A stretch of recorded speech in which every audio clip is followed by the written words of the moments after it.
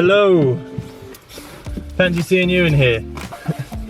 Welcome to another episode of Tom Talks. Cringy, I know. Clear the windscreen first. Don't let the puffer jacket fool you. It is absolutely boiling here. I mean, what's my car saying? It's 5 degrees. Could get a tan.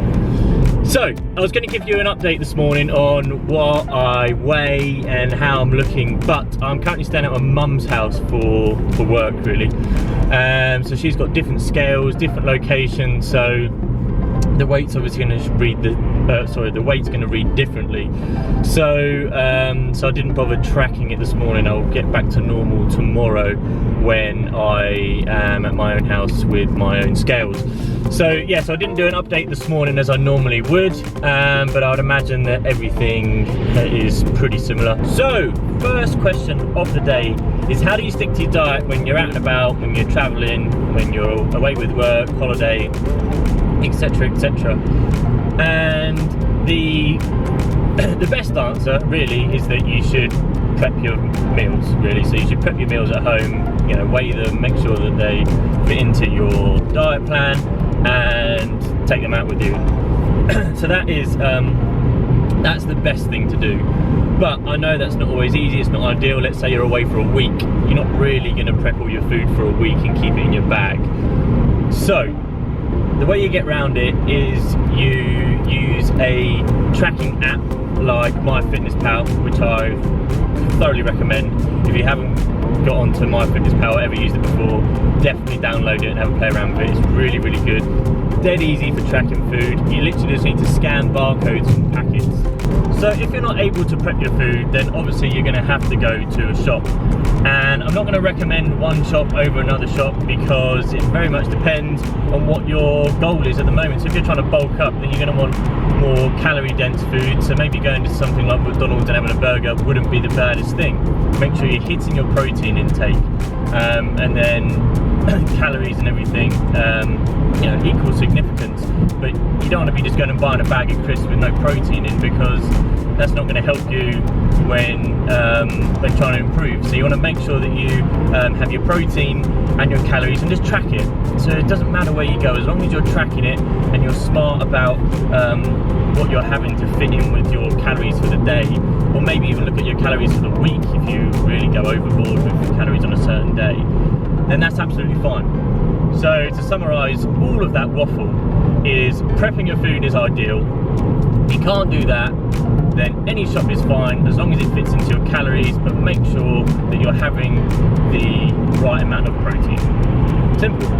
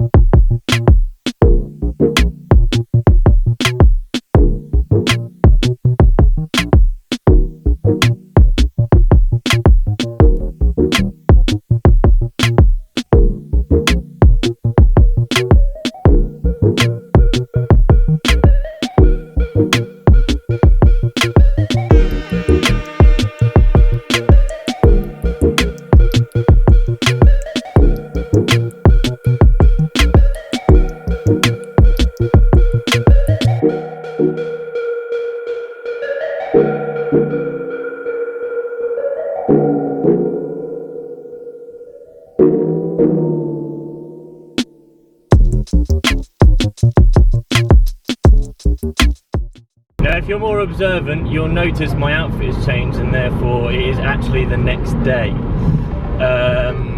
Yeah, kind of had a bit of a issue yesterday with work, and therefore didn't really have the time to speak to you and answer some questions. I've just had my morning coffee, so that means I'm raring to go.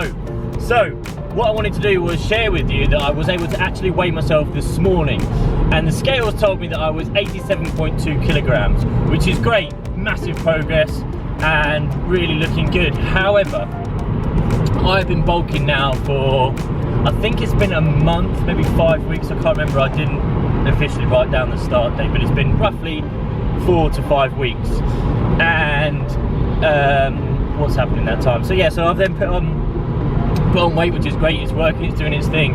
But what I have noticed is my body fat percentage, well, when I started was at around 13%, and now it is just over 14%, which isn't a huge increase, but well, I personally notice it when I look in the mirror. And I'm at this sort of point now where I'm going to be doing something called a diet break. And a diet break can be used when you're either cutting or when you're bulking. But what I'm going to use it for right now is I'm going to use it to keep my body fat in check, so that I don't put on stupid amounts of fat, and therefore when it does come to me trimming down and shredding up once I've finished my bulk, it won't have to be so drastic, and I won't then lose muscle in doing so.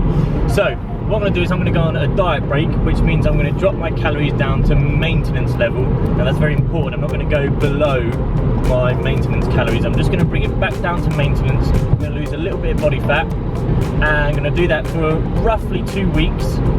It's also going to reset my body's what you'd call a NEAT system, which stands for non-exercise activity thermogenesis, I think, don't quote me on that. But what it basically means is your body, when you either have more calories or less calories, will adapt to the level of calories you're putting into it. So if I have loads of calories, what's going to happen is I'm going to be more fidgety, be a bit more energetic, or if I have less calories, I'm going to be a bit more lethargic, feel a bit down, be a bit slower, that sort of thing. Now some people's NEAT system is better than others, hence why some people will be able to handle more calories better than others.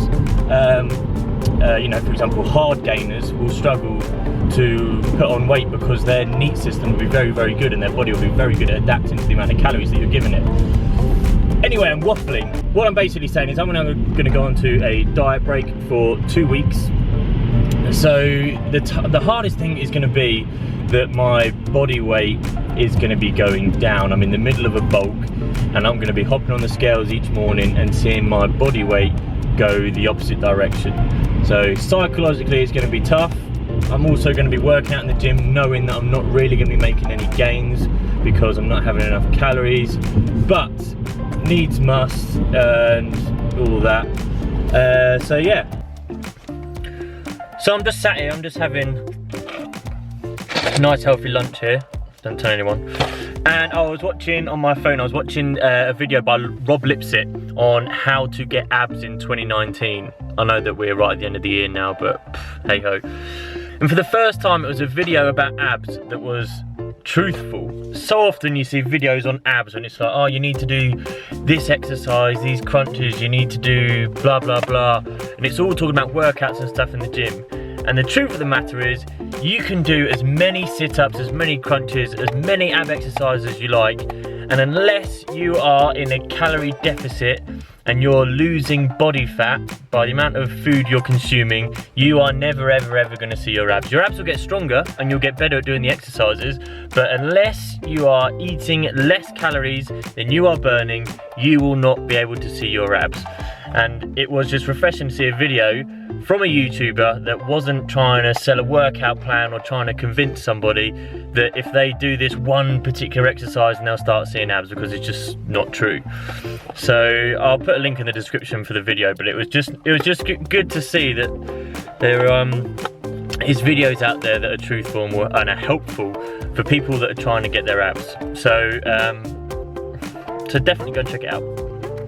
So I'm just sat here now looking to edit this video, and I know that there's a hell of a lot of waffle in this video, so I appreciate you making it this far. So please hit the like button, subscribe, there's going to be loads more content coming. I'm going to be doing a hell of a lot more workout videos, there's going to be a lot more useful content. So if you haven't done so already, hit that subscribe button because there's a lot more content to come.